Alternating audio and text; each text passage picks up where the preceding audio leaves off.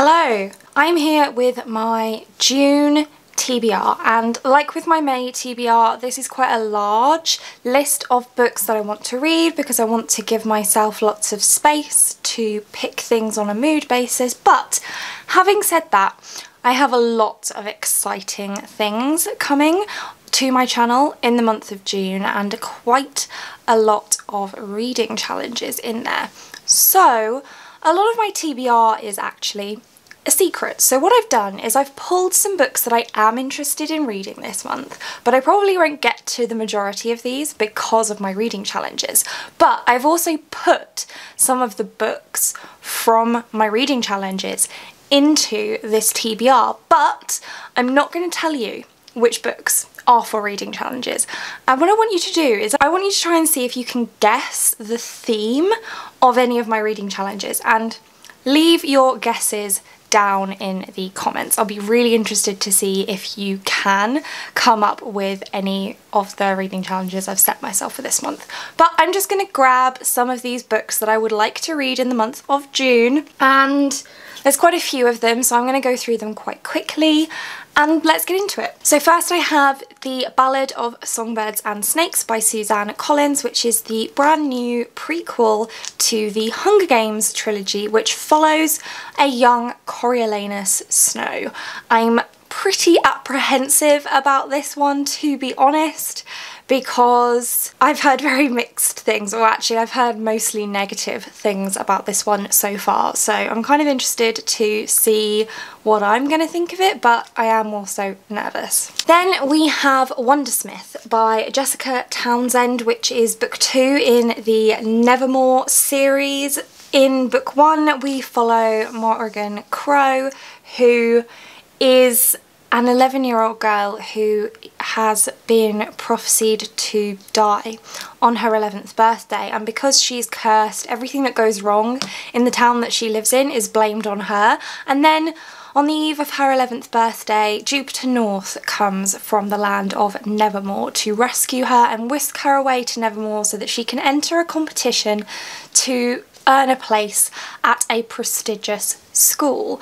And this is the continuation of that story. It's been sat on my shelves for ages and I really want to pick it up. This next one I am super excited about, and it is called Heart Art Jerks by Gabrielle Harbury, which first of all is self-published, which is fantastic, but also it is an own voices polyamorous story, which I'm really excited about. So we follow Alicia, who's grown up in a poly household. So she has multiple parents and they're all in a poly relationship with each other, and she's going to school and she's dealing with all the high school drama that comes along with school, and she's also discovering her own sexuality and what kind of relationships she wants to have in the future. And it's not particularly long, it's only just over 200 pages, but I am super excited to pick this one up. Then we have Ninth House by Leigh Bardugo, which is the first book in a new series by her, but I don't actually know what the name of the series is. But anyway, this is a dark academia book that follows secret societies at Yale University, and that's all I really know about it and all I want to know about it, because it's meant to be like a mysterious story, and I think the less you know the better with mysteries. Then I of course want to continue with my read of The Keeper of the Lost Cities series by Shannon Messenger. This is book 5, Lodestar. I'm completely obsessed with this series that follows Sophie, who is a telepath, and she's grown up in the human world and doesn't really fit in, and then she realises the reason she doesn't fit in is because actually she's an elf, and so she moves to the elven kingdoms, but maybe she doesn't really fit in there either. There are fabulous characters, there's tons of adventure, tons of politics, tons of mystery. It's fantastic. I've spoken about it a lot on my channel recently because it's amazing and everybody should read it. Then we have a Slytherin romance story, The Shadows Between Us by Trisha Levensella, which I have heard so much about. There's been so much buzz around this book. It follows a character who has been slighted by her first love, and so naturally she murders him in retribution, and then she decides to set her sights on the throne. So she's got to woo the king, marry the king, kill the king, and become queen herself. And it just sounds fun. It's really, really short. I've heard great things about this one. I'm really looking forward to getting to it. Then we have an anthology. This one is Hungry Hearts, and it's a collection of 13 stories about food and love. And I really liked reading the short story collection that I read in March, I think it was in March, called 1,000 Beginnings and Endings, and I really just enjoyed having something I could dip in and out of, so I'm hoping that I'll be able to happily dip in and out of this one too. Next up we have the start of a new series. This is Raw by Cora Cormack, which is book 1 in the I don't know what it's called series. I don't know too much about what it's about, if I'm honest, but I've heard good things, and it's a fantasy series, so I want to read it. Ditto really for The Demon King by Cinda Williams-Chimer, which is book 1 in the 7 Realms series. Heard tons of good things, don't necessarily know a great deal about what it's about apart from unlikely companions rising up against a common evil, which is pretty standard formula for fantasy reads, but I want to read it anyway. Then we have a dystopian pick. So this is We Set the Dark on Fire by Taylor K. Mejia, which I've had on my shelf since Yalk last year, and I really want to pick it up.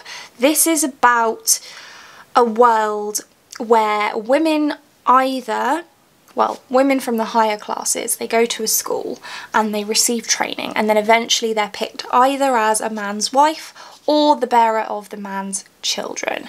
And our character goes to this school but shouldn't actually be there. She's kind of cheated her way in, but she wants to see change in this dystopian world, and that just sounds like a really interesting premise to me, and I'm really looking forward to finally getting to this one, hopefully. Next up we have Fangirl by Rainbow Rowell, which is actually the channel's book club book for the month of June. This is a story following twins as they move away to university and their lives start to diverge. And finally, House of Earth and Blood by Sarah J.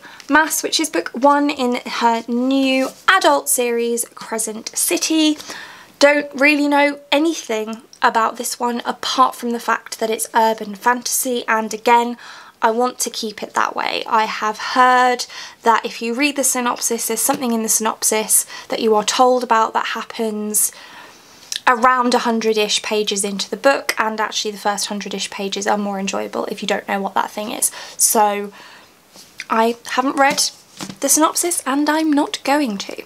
So that was just a very quick list of some books that I would love to read in the month of June. And again, let me know if you have any ideas about what my various reading challenges this month might be. I have quite a few of them planned for you, along with lots of other exciting content in June. So I hope that you're looking forward to that. I certainly am. And that's it for this one. Thank you so much for watching. If you like this video and want to see more like this from me, then do think about hitting that subscribe button.